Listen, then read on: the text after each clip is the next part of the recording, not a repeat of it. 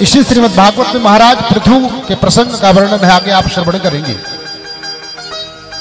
भगवान प्रसन्न हुए, तपश्चर्या करी महाराज पृथु ने, और भगवान ने वरदान देने की बात कही। तो पृथु ने क्या मांगा कि आप देना चाहते हैं तो मुझे 10,000 कानों की शक्ति प्रदान करें। देवर्षि नारद ने प्रश्न कर दिया कि 2 कानों का सदुपयोग नहीं कर पा रहे लोग, और आप 10,000 कानों की शक्ति मांग रहे हैं।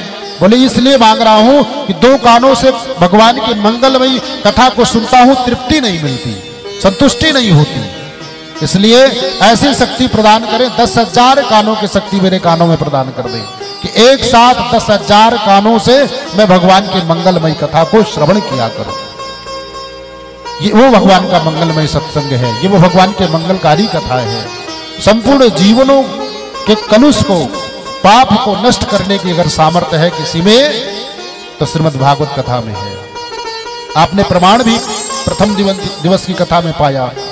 धुंधकारी जैसा घोर प्रेतात्मा जो प्रेत योनि को प्राप्त हुआ, उसने भी भगवान की मंगलमयी कथा को श्रवण किया और भगवान के दिव्य पार्षद बनकर के सदैव मान गया। इसलिए ये वो मंगलकारी कथा है। अधिक से अधिक जितना हो सके मानव जीवन का पहला धर्म है।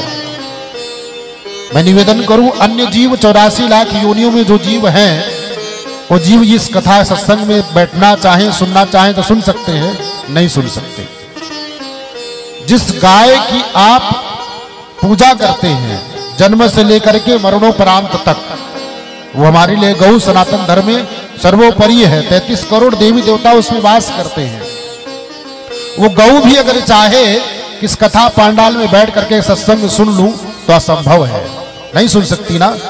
जिसका हमारे सनातन धर्म में इतना बड़ा महत्व है, लेकिन मानव का कर्तव्य है, मानव चाहे और मानव को चाहना चाहिए। इस व्यासपीठ से निवेदन करूं कि अधिक से अधिक समय अगर व्यतीत करें तो धर्म में करें, सत्संग में करें, और तभी मानव जीवन सफल है। अन्यथा इस मानव जीवन का कोई मतलब नहीं है। कमाना, खाना और मर जाना ये तो अन्य जीव भी करते हैं।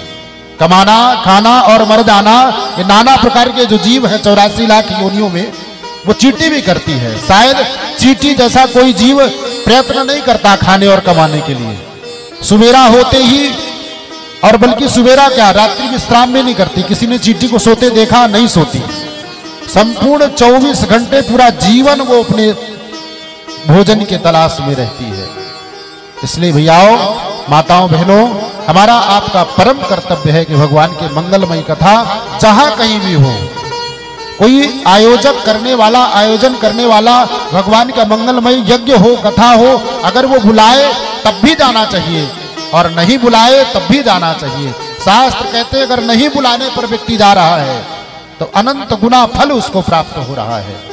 अरे भैयाओं, आपसे उस महापुरुष जिसने आयोजन किया है उससे आपकी वैमनस्यता होगी।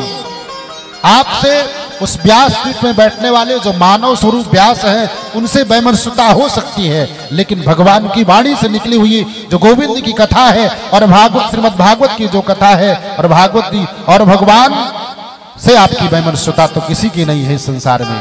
इसलिए हर मानव का कर्तव्य है कि बहती हुई गंगा में हाथ धोना चाहिए।